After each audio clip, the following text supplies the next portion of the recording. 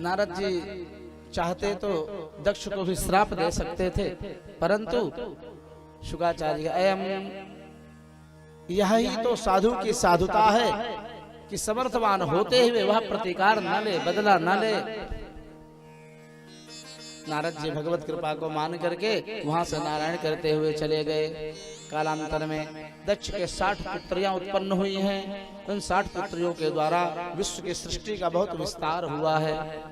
दिति, यति, अदिति, दनु, काष्ठा, इला आदि इनके नाम हैं। सुरसा आदि, दिति से दैत्य, अदिति से आदित्य आदि, इंद्र आदि देवगण। सुरसा नाम अहिन के माता, सुरसा जो है ये भी कश्यप की पत्नी है, जो अहि माने सर्पों की माता हुई। दंदशूकों की भी एक माता है। अनेकानेक प्रकार से सृष्टि का विस्तार हुआ। इसके अनंतर सज्जनों, एक बार की बात है, शुकाचार्य कहते हैं राजर्षि परीक्षित, देवराज इंद्र ने अपने सदगुरुदेव का अपराध कर दिया। किसी भी स्थिति में अपने गुरुदेव का अपमान नहीं करना चाहिए। और ध्यान देना, गुरुदेव का मतलब मात्र दीक्षा देने वाले ही गुरु नहीं है। गुरु शब्द का एक अर्थ होता है श्रेष्ठ। गुरु माने श्रेष्ठ, लघु माने छोटा। तो अपने से जो बड़े हैं वे भी गुरुवत हैं, मात्र कनफुकवा ही गुरु नहीं है। हमारे माता पिता भी गुरु हैं। बालक की आदि गुरु माता होती है। अपना बड़ा भाई भी गुरुवत ही है, क्योंकि शास्त्र कहते हैं ज्येष्ठो भ्राता पितृ समः, कहते तो ब्रह्मवादी भी। मध्यमा योग में ये श्लोक आता है, शास्त्र में चलते हैं ग्रंथ। तो अपने से श्रेष्ठ लोग भी गुरु हैं, कभी अनादर नहीं करना चाहिए। देव राजेंद्र की सभा लगी हुई है, अप्सराओं का नृत्य ताता थैया चल रहा है। पर्षण्य पे सभागतम, उसी समय सभा में उनके सदगुरुदेव बृहस्पति आए हैं। इंद्र ने उनका निरादर किया। यदि मैं उठ करके इनको प्रणाम करता हूँ, आदर करता हूँ, तो अप्सराएं डर करके रुक जाएंगे। भाई ये तो लौकिक नियम भी है। यदि कोई महाराजा और राजा सब बैठे हों, मुख्यमंत्री बैठा हो और सब मंत्री बैठे हो, तब तो ठीक है। मुख्यमंत्री उठेगा तुरंत सब उठ करके खड़े हो जाएंगे। डीएम मीटिंग चल रही है, डीएम पुलिस दरोगा आदि की मीटिंग लगाए बैठा है, कोई बात चर्चा चल रही है, तुरंत डीएम उठेगा, सब उठ करके खड़े हो जाएंगे। गुरुजी उठते तुरंत हम लोग उठ करके खड़े हो जाते हैं। गुरुजी बैठे रहें और गुरुजी उठ जाए और चेला बैठे रहें, तो सब जो कैसा है। तो सज्जनों, इंद्र ने अपने उस रति प्रेम को भंग न करना चाहा और देवराज इंद्र ने सभा में आए हुए बृहस्पति को देखते हुए मुख फेर लिया, तिरस्कार कर दिया। क्रोध में आ गए, दुखी हुए हैं बृहस्पति और श्राप दे करके योग में स्थित होकर के त्याग कर दिया गुरु पद का, देवताओं का। फिर क्या था, बृहस्पति के श्राप को सुन करके दैत्यों ने स्वर्ग पर धावा बोला। दैत्य के द्वारा देवता पराजित हो गए। अपना मुंह लटका करके ब्रह्मलोक में पहुंचे। ब्रह्मा जी से बताया, ब्रह्मा जी ने डांटा, किसी भी स्थिति में अपने गुरुदेव का अपमान नहीं करना चाहिए। लेकिन फिर भी जब तक तुम्हारे बृहस्पति गुरुदेव प्रसन्न ना हो, तब तक त्वष्टा ऋषि के पुत्र विश्वरूप जिनका नाम है, वे परम ज्ञानी हैं। उनके पास दिव्य नारायण कवच है, अमोघ कवच है, उसको धारण करो, तुम देवताओं सदा विजयी होगे, तुमको पराजित नहीं कर पाएंगे। विश्वरूप के पास गए, गुरु के रूप में वर्ण किया है, दिव्य नारायण कवच को धारण किया है और उस दिव्य कवच को धारण करके देवताओं का राक्षसों से फिर से युद्ध होता है, विजय प्राप्त कर लिया, स्वर्ग फिर से मिल गया। लेकिन विश्वरूप देवताओं इंद्रादि के साथ यज्ञ करवा रहे हैं, आहुति करवा रहे हैं। तो विश्वरूप की जो माता थी वो राक्षसों की बहन लगती थी, राक्षस कुल की थी। तो राक्षस इनके सगे मामा हो गए। बोलो राधे राधे। अब राक्षस बेचारे पराजित होकर के वैसे ही दयनीय दशा में जीवन गुजार रहे हैं। इनको दया आई और इन्होंने अपने मामाओं राक्षसों के लिए, दैत्यों के लिए भी आहुति करना प्रारंभ किया।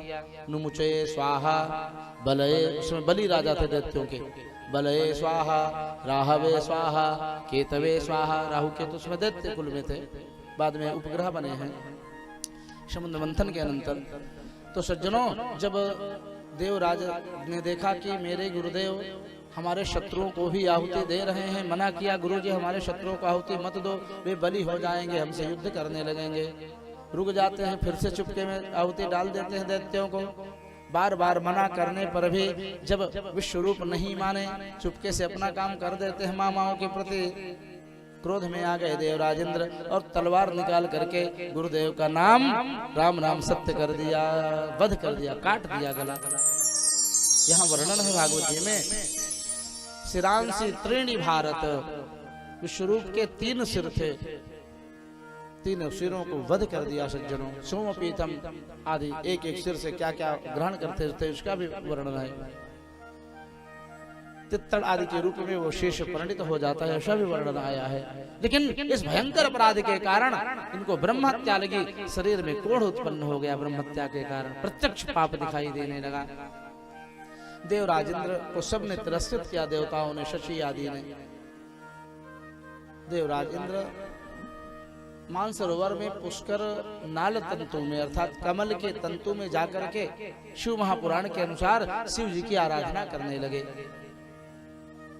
स्वर्ग का पद खाली है, राजपद सिंहासन।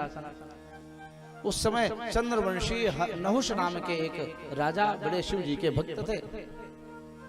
देवताओं ने आपातकाल देख करके स्वर्ग के राज सिंहासन पर नहुष को बुला करके बैठाया, इंद्रपद पर बैठाया। अत्यंत सुख का अनुभव करते हैं, लेकिन विषय भोग ज्यादा बढ़ने के कारण शिव जी की आराधना को बंद कर दिया और अप्सराओं के विषय भोग में नहुष इतना लीन हो जाते हैं कि मूढ़ बुद्धि हो गई उनकी। इतना ही नहीं, एक दिन इनके मन में विचार आया, मैं देवराज इंद्र के पद पर बैठा हूँ, इंद्राणी का पद खाली है, शची नहीं आती हमारे पास। जब ये अप्सराएं इतनी सुंदरी हैं तो शची कितना न सुंदरी होगी। आज्ञा दिया शची को, कहो कि वो हमारे साथ रहे।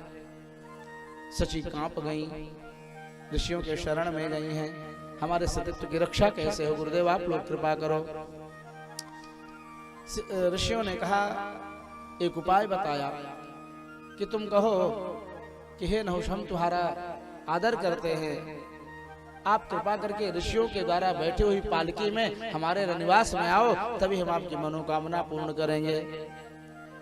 अत्यंत कामातुर नहुष पालकी में बैठा। अगस्त आदि ऋषि मुनि सब वहां प्रकट हुए हैं और सबको चोट करके चला, त्रिलोकी के स्वामी हैं इस समय नहुष। और कहा, सर्प सर्प, इतना कामातुर हो गए नहुष, जल्दी चलो जल्दी चलो, सर्प सर्प। देवलोक में देववाणी चलती है, संस्कृत चलती है, जल्दी चलो जल्दी चलो। कहीं कहीं वर्णन आता है, गुरुजनों ने बताया कि क्रोध में आकर के नहुष ने एक लात मार दिया था एक ऋषि को। क्रोध में आकर के महर्षि अगस्त ने श्राप दिया, दुष्ट जा, तू सर्प सर्प कहता है, तू सर्प ही हो जा। तावत्रिणाकम नहुषः ससास विद्या तपो योग समाधि भाजः। जब विद्या योग समाधि का पुण्य नष्ट हुआ और ये अपराध कर बैठे तो नहुष स्वर्ग के इंद्र के पद से च्युत हो जाते, सर्प बन गए। इनका उद्धार कैसे होगा? तो गिरते हुए अगस्त जी ने कहा था, जब द्वापर युग के अंत में धर्मराज युधिष्ठिर वन में विचरण करते हुए तुम्हारा दर्शन करेंगे, तुम्हारा स्पर्श करेंगे, तब उनके दिव्य दर्शन से तुम हमारे श्राप के पाप से मुक्त हो जाओगे। महाभारत में वर्णन आता है सज्जनों। इस प्रकार से देवराज इंद्र अपने पाप को 4 जगह विभाग करते हैं, बांटा है। 1-1% 25-25% कह लें। पृथ्वी, जल, वृक्ष और स्त्रियों ने 1-1 भाग में उस पाप को स्वीकार किया, ब्रह्महत्या को। तासु निर्यास रूपेण ब्रह्महत्या प्रदृश्यते। निर्यास माने गोंद के रूप में ब्रह्महत्या वृक्षों में आज भी दिखाई देती है। पृथ्वी में ईरण रूपेण, ऊसर के रूप में ब्रह्महत्या प्रदृश्यते। और जल में बुदबुद फेनाभ्याम, झाग के रूप में, फेन के रूप में ब्रह्महत्या दिखाई देती है। इसीलिए कभी कभी नदी सरोवर में कुछ लोग नहाते हैं तो जल को थिरा करके, झाग को दूर करके नहाते हैं। लेकिन ये बात गंगा जमुना आदि नदियों में नहीं लागू होता है, क्योंकि जिनका स्मरण मात्र से समस्त पाप नष्ट हो जाएं, उन गंगा जमुना सरस्वती में, सरयू में, गोदावरी में पाप रहेगा कैसे? यज्जल स्पर्श मात्रेण ब्रह्मदंड हतायपि सगरात्मजादिवम जगमुहु केवलम देह भस्मभिः। जिन गंगा जी के जल का सगर के पुत्रों के राग की ढेरी ने स्पर्श किया और वे परम गति को प्राप्त हो जाते हैं। इस प्रकार से अन्य नदियों में दोष पाप समझना चाहिए, दिव्य नदियों में, सप्त गंगाओं में नहीं। एक भाग अंतिम माताओं ने लिया और माताओं में रजस्वला के रूप में आज भी ब्रह्म हत्या प्रदृश्यते। इसीलिए जब नारियां मासिक धर्म के रूप में होती हैं तब 4 दिन तक लौकिक भौतिक कर्म से उनको विरत रहना चाहिए, भोजनालय से और पूजा स्थल से दूर रहना चाहिए। इंद्रो महानास विधूत पापः, अपने पाप को एक एक भाग बांट करके देवराज इंद्र निष्पाप हो जाते हैं।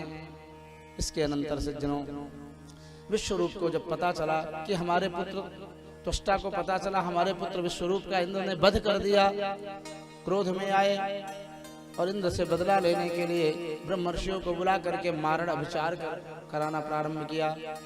इंद्र शत्रुर्वर्धस्वम आचरम जहि विद्विषम, संकल्प भेद हो गया ब्राह्मणों से, समास दोष आ गया। इंद्र को मारने वाला शत्रु उत्पन्न हो, इच्छा तो ये थी यज्ञ करने की चाह, लेकिन होने के कारण ब्राह्मणों से मंत्र दोष हो गया, समास भेद से अर्थ बदल गया। इंद्र को मारने वाला नहीं अपितु इंद्र से मरने वाला पुत्र उत्पन्न हुआ। एक भयंकर वृत्तासुर नाम का दैत्य प्रकट होता है, आकाश में जाकर के चारों दिशाओं को आवृत कर लियो, जाके ताई वाको नाम वृत्तासुर पड़ा है। हे पिताजी, आपने मेरा वाहन क्यों किया है? कहा जाओ और देवराज इंद्र का वध कर दो। भयंकर रूप धारण करके जब वृत्तासुर स्वर्ग पर चढ़ाई करते हैं, सब देवता इनके रूप को देख करके भयभीत होकर के भाग गए। कुंभकर्ण से भी भयंकर रूप है वृत्तासुर का, ऐसा वर्णन आता है। लेकिन देवराज इंद्र को स्वर्ग की चाह है, सिंहासन सबसे बड़ा पद तो उनका है। युद्ध करने लगे, लेकिन देवराज इंद्र विजयी न हुए, अपना प्राण बचा करके देवताओं के साथ भागे। भगवान नारायण की स्तुति करते, हे प्रभु हमारा पद कैसे मिलेगा, हमें विजय कैसे मिलेगी? भगवान ने कहा, हे देवताओं, ये ब्रह्म तेज से उत्पन्न दैत्य है, इसको कोई अमोघ अस्त्र भी नहीं नष्ट कर सकते हैं कि ब्रह्म तेज से ही उत्पन्न है, ब्रह्म तेज के द्वारा ही इसका विनाश होगा। भगवान शिव के परम उपासक नैमिषारण्य तीर्थ में दधीची नाम के महामुनि तपस्या में रत रहते हैं। यदि उनके अस्थियों के द्वारा आयुध बने, वज्र बने, तो उस तेज से ही इसका विनाश होगा।